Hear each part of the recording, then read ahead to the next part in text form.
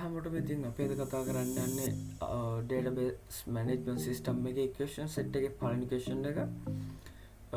ඉතින් අපිට තියෙනවා question set එකේ පළවෙනි question set එකේ ප්‍රශ්නයක් විදියට the data of all students and teachers of Pinnaduwa Mahavidyalaya are stored in books.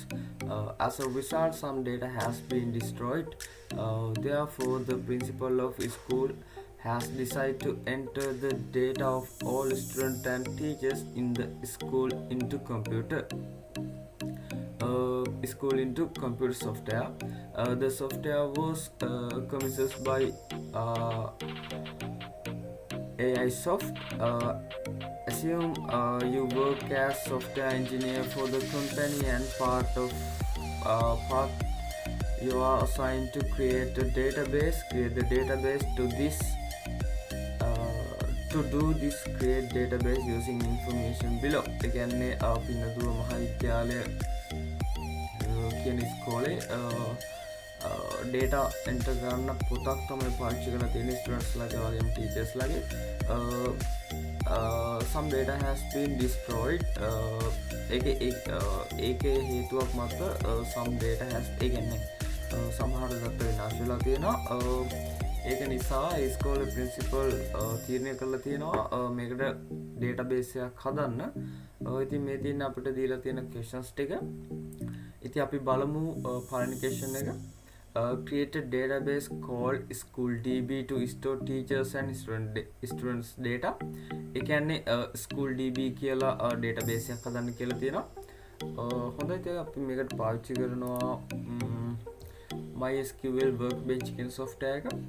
මුලින්ම මම මේකේ model එකක් open කරගන්නවා. ඊට පස්සේ මෙන්න මේ model එක තමයි අපි rename කරන්න ඕනේ SchoolDB කියලා. අපි මේක double click කරලා අපි මේක rename කරගන්නවා SchoolDB කියලා. ඊට පස්සේ rename reference click කරනවා. ඊට පස්සේ මෙතන okay කියන බටන් click කරනවා. ඊට පස්සේ අපිට බලා ගන්න පුළුවන් අපේ database එක rename වෙනවා SchoolDB කියලා. ඊට පස්සේ අපිට තියෙන second question එක තමයි create a table called student to store students data. Follow the instruction below to the create this table. මේකදී අපිට දීලා තියෙනවා table එකක් හදන්න students කියලා. මේකට enter කරන්න ඕනේ මේ දීලා තියෙන column names ඒ වගේම data type එක දීලා තියෙනවා.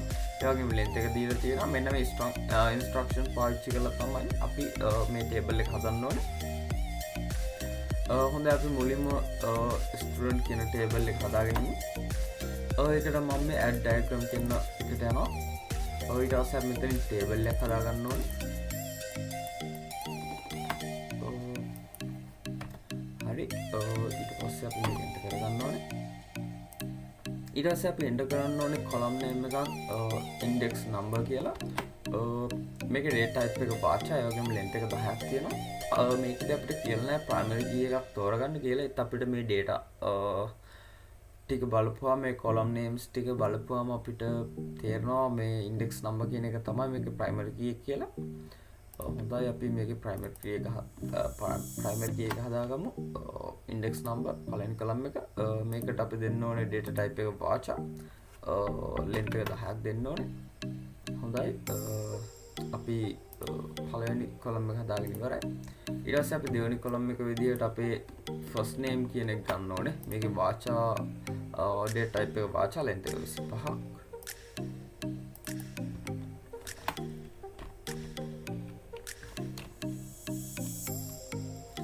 first name length එක සමානයි මම හිතන්නේ length එක තිබ්බ 45ක් length එක 35ක්.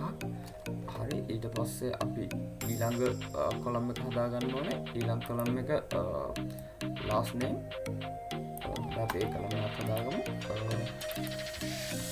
ඒකේ data type එක වාචා length එක 45යි තිබ්බේ. අපේ ඊළඟ column name එක gender කියන එක. ඒකේ length එක ඇවිල්ලා 10යි data type එක වාචාම තමයි.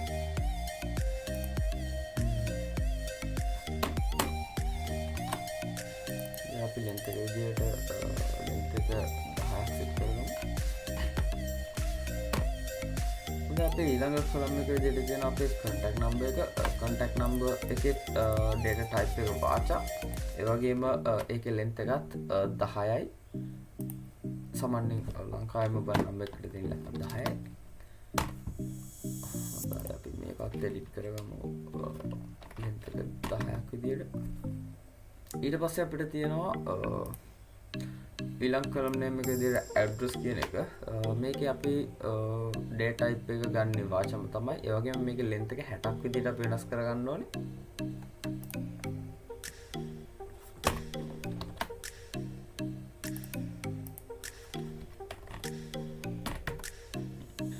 මේනට අපි අපේ පළවෙනි database එක පළවෙනි table එක හදාගෙන ඉවරයි. හොඳයි අපි යමු ඊළඟ ප්‍රශ්නෙට. මේක තුන්වෙනි ප්‍රශ්නේ විදිහට කියලා තියෙනවා create a table called teacher to store teachers data, follow the instruction below to create this table.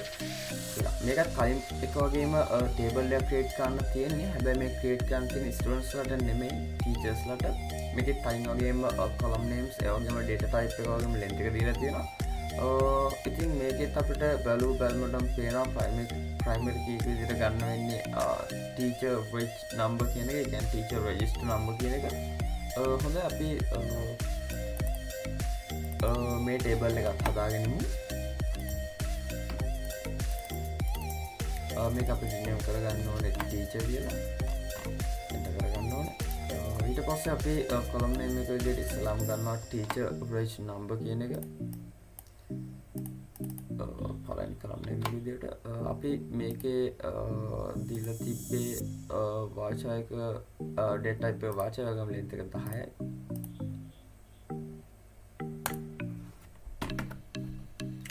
ඒ වගේම අපි මේක primary key කරගන්නවා.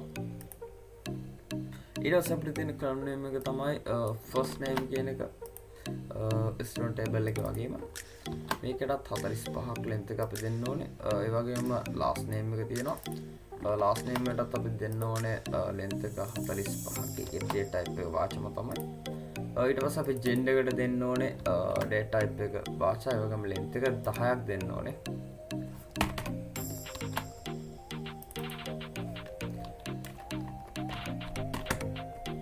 ඊට පස්සේ අපිට තියෙනවා ඊළඟ contact number එක. ඒකේ length එකක් 10යි.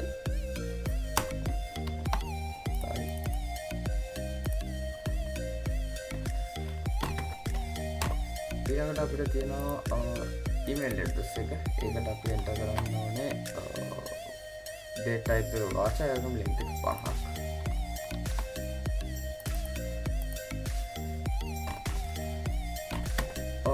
හරි මේනට අපි අපේ database සමහරවිට tables දෙක හදාගෙන ඉවරයි. ඉතින් මෙන්න මේ විදිහට තමයි අපේ tables දෙක අපි හදාගත්තේ. අපේ පළවෙනි question set එකේ කියලා තියෙන විදිහට.